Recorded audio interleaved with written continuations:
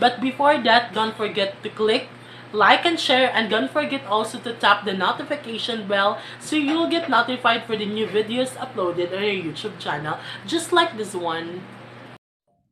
The essence of outcome-based education lies in its shift away from typical school practices where performance is based primarily on covering varying sets of requirements in a fixed period of time. OBE proponents school instead for students to demonstrate their mastery of a common set of requirements in a varying period of time.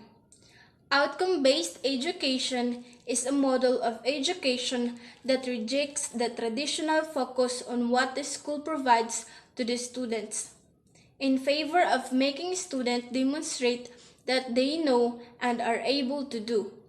Whatever the required outcomes are, the OBE reforms emphasize setting clear standards for observable, measurable outcomes. Quite simply, outcome-based teaching learning is a student-centered approach to learning and teaching, which been widely adopted in universities across the world. They should be measurable and indicate the teaching intentions.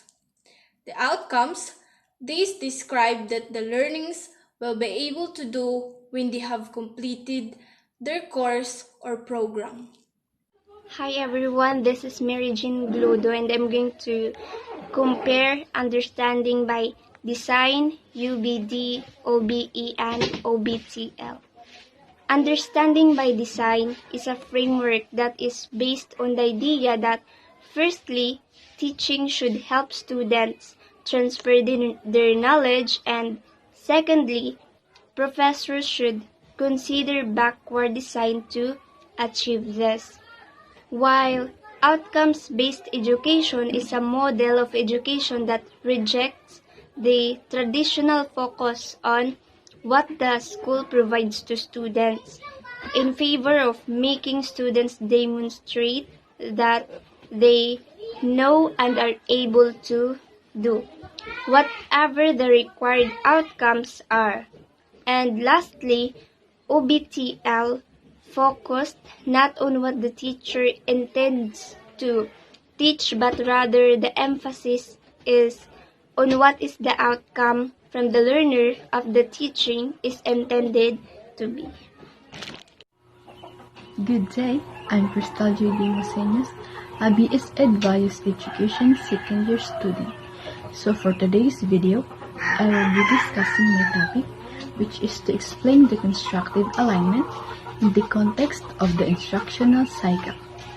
So, constructive alignment is an outcome-based approach to teaching in which the learning outcome that students are intended to achieve are defined before teaching takes place. Teaching and assessment methods are then designed to best achieve those outcomes and to assess the standard at which they have been achieved. Constructive alignment is a principle of curriculum and course design that focuses on using learning objectives to shape both your learning activities and the way you assess the student learning. The term itself was coined in 1996 by John Biggs, a psychologist and educational theorist, and has since become an underpinning concept in the transformation of higher education. There are two basic concepts behind constructive alignment. The first one is the learner's construct, meaning from what they do to learn. This concept highlights the importance of linking new learning to concepts and experiences in the learner's memory and helping them extrapolate possible future scenarios reflection. And the second one is the instructor makes a deliberate alignment between the learning objectives and both the learning activities and the learning assessments.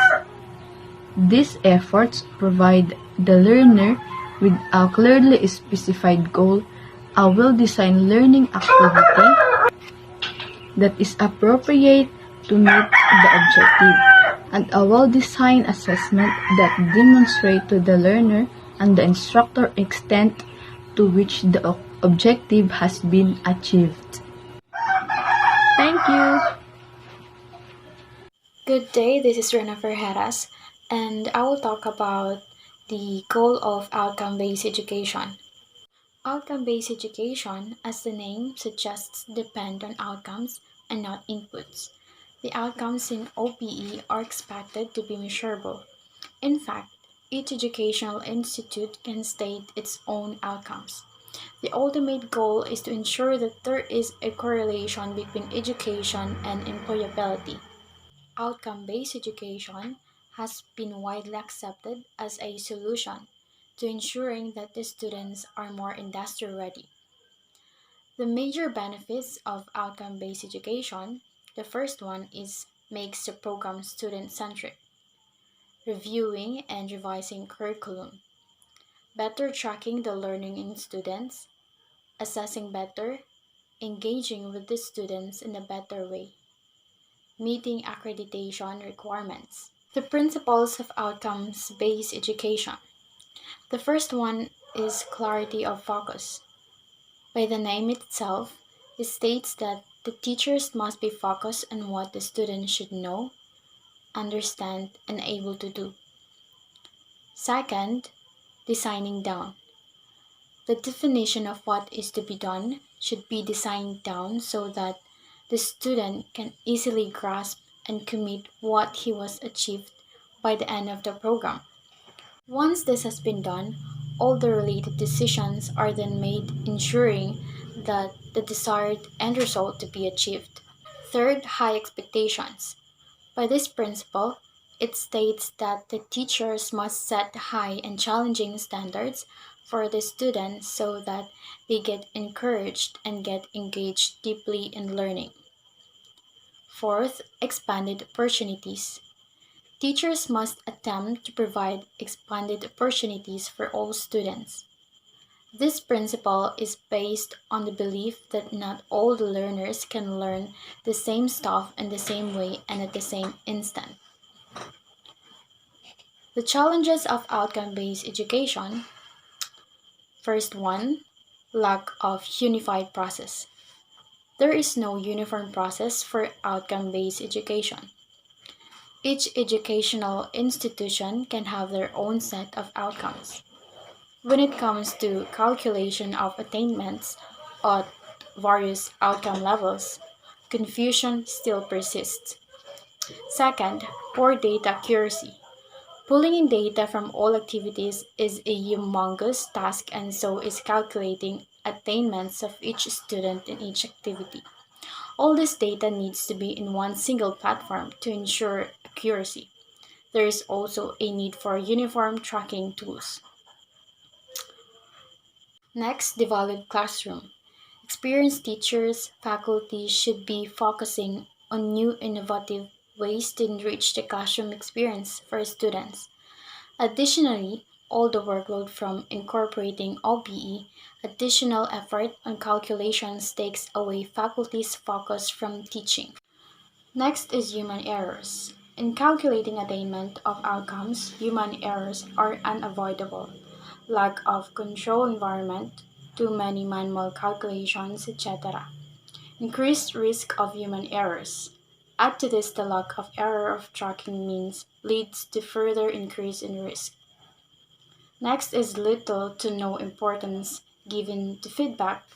Feedbacks and surveys are the backbone of the institution, yet it remains as challenging as ever.